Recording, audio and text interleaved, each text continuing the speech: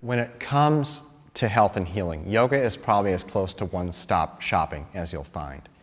This single set of practices can help improve your posture. It can make you breathe better, bring more oxygen into your tissues. It can lower your blood pressure. It can improve your blood sugar. It can make your immune system work better. It can make you happier. It can make you easier to get along with. It can help with a whole bunch of different medical conditions, and there's more and more scientific evidence. I've been kind of paying attention to the scientific literature, and there are now more than 50 different health conditions that have been shown in scientific studies to be benefited by the practice of yoga. And probably the thing that yoga is best known for is stress reduction. And of course, we live in this crazy world where people are stressed out all the time, where they're anxious, where they're sleeping poorly, where they're getting stress-related health conditions. Now, doctors tend to poo-poo stress. They think, oh, migraine headaches, irritable bowel syndrome, kind of bothersome but not really serious life-threatening illnesses.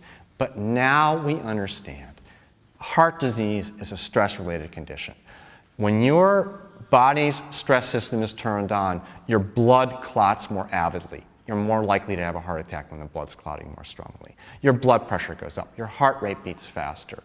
You're bringing less oxygen into your system. You're doing a number of things that make a heart attack more likely to happen.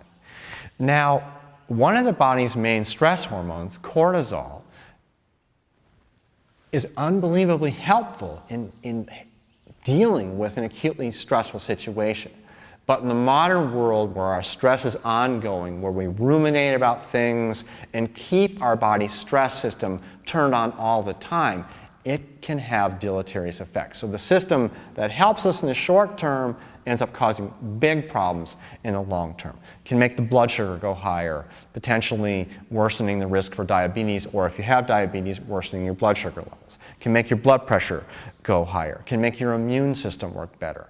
It can make your memory falter. So a lot of problems with cortisol. One problem with cortisol is a big one, has to do with weight. We know from animal studies that when animals get a lot of cortisol in their systems, they eat more. Scientists call it food-seeking behavior. We humans call it binge eating, okay? And that's what people do when they're stressed. Now, when you've got cortisol in your body, it takes any extra calories that you consume and very efficiently turns those calories into fat. And where does it put that fat? In between the organs in the abdomen, giving you a big pot belly. And we know from a physiological standpoint that intra-abdominal fat is the most dangerous kind. It's the kind that predisposes to metabolic syndrome, to diabetes, to insulin resistance, all of which also, in turn, increase the risk of heart disease. So, stress is a big deal. And yoga is probably the best overall system of stress reduction ever invented. Now, the body's nervous system, which is important to understand the nervous system to understand stress, has got two branches. The autonomic nervous system, it's kind of the body's automatic nervous system. It deals with the blood pressure and the heart rate and the internal organ function, things like that. Two branches. The parasympathetic nervous system has to do with rest and relaxation. The sympathetic nervous system is the fight or flight system, okay? And, if you try it in yoga, if you just take a deep breath and blow it out slowly and do that a few times, you'll notice that you start to feel calmer. And you can try this on your own right now. It makes you feel calmer if you do that. Well, that's a principle that the yogis figured out. Particularly when you lengthen the exhalation relative to the inhalation, it kicks in the body's parasympathetic nervous system. Now, most of us walk around with the sympathetic nervous system on almost all the time. And if it isn't on because of our constant deadlines and all the media interruptions and all the stress in our life, we're drinking coffee and other things that are pumping it up. Well, yoga can very effectively bring us back to where the parasympathetic nervous system, where the rest and relaxation come in. And now, when you first start yoga, those effects may only make it to the end of the class, or maybe till you get out to the parking lot and almost get cut off by someone, and then your stress response, comes on as strongly as before. But over time, you get better able to handle stress, better able to see that a lot of things that most people get bent out of shape about are not worth it. And you think about a lot of things that have gotten you stressed, they're unimportant in the big scale. Yet in the moment, they seem so important, and we get all wrapped up, and we actually make ourselves feel lousy and potentially undermine our long-term health by again, getting so wrapped up in things that don't matter. Well, yoga gives you tools to both tell the difference between what matters and what doesn't matter, and to be able to, when you do get carried away, to bring yourself back down and to feel better. And that ability to do this gets stronger and stronger through time. Now, most studies of yoga, most medical studies, are 6 weeks, 8 weeks, 12 weeks, and that's great. And most of them show that yoga works, and we're seeing more and more scientific evidence of that. But the yogi knows that that's nothing. That yoga, you do it for a year, it's better than if you do it for 6 months. Do it for 2 years, it's better than you do it for 1 year. Do it for 10 years, it's better than 5 years. It gets better and better and better through time. And unfortunately, it just costs too much money to actually study that, so we don't have a lot of proof of that, but that's certainly the experience of most of us who've been doing it a long time, that it gets stronger and stronger and stronger.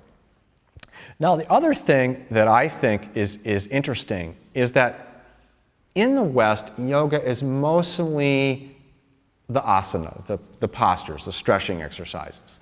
And they're great, and I think that's a wonderful place for people to start yoga. But yoga is more than just the asana. Yoga is also breathing techniques, like the simple one of lengthening the exhalation relative to the inhalation. That's a simple pranayama technique, a simple breathing technique. Meditation, people think of, that's not yoga, that's Buddhism. Well, the Buddha was an Indian yogi, and he was a yogi before he was the Buddha. And he had studied all these techniques.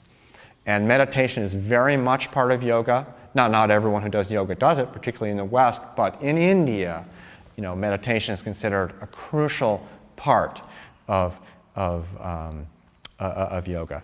There's also things like chanting and service, the idea of getting out and helping people in need. That's part of yoga. Bringing awareness to your diet, that's part of yoga. So yoga is this whole vast, holistic toolbox with all these different tools. And while the asana, the poses, are, I think, unbelievably helpful, and I use them working with people who have various health conditions, and they're very helpful, they're only part of the story. And for those people who are open to it, there's a broader world that includes all these different techniques. And like a good holistic system, these different techniques work together synergistically. So if you learn how to breathe better, you bring that better breathing into your asana practice. You stretch your body, you relax your hips, you're able to sit more comfortably in meditation for longer periods of time, potentially going deeper into your meditation. So all these tools work together, and I think some of the Indian systems of yoga, so for example, the Sivananda lineage here in the West is really an authentic Indian-style system that brings these different tools together that are combined together and I think work holistically to bring a different kind of benefit. Now, some people are a little freaked out by, there's kind of Hindu gods and this kind of stuff, and the great thing about yoga is that it doesn't insist that you believe anything. You can really believe that God with the elephant head is a real being, or you can think, oh, that's just a nice little myth that doesn't bother me. Or you can think, I don't want to have anything to do with that. All of those are completely compatible with doing yoga. But if you want to see the way that the Indian yogis did it and get a taste of what that was like, I think the Sivananda lineage is a wonderful place to do that.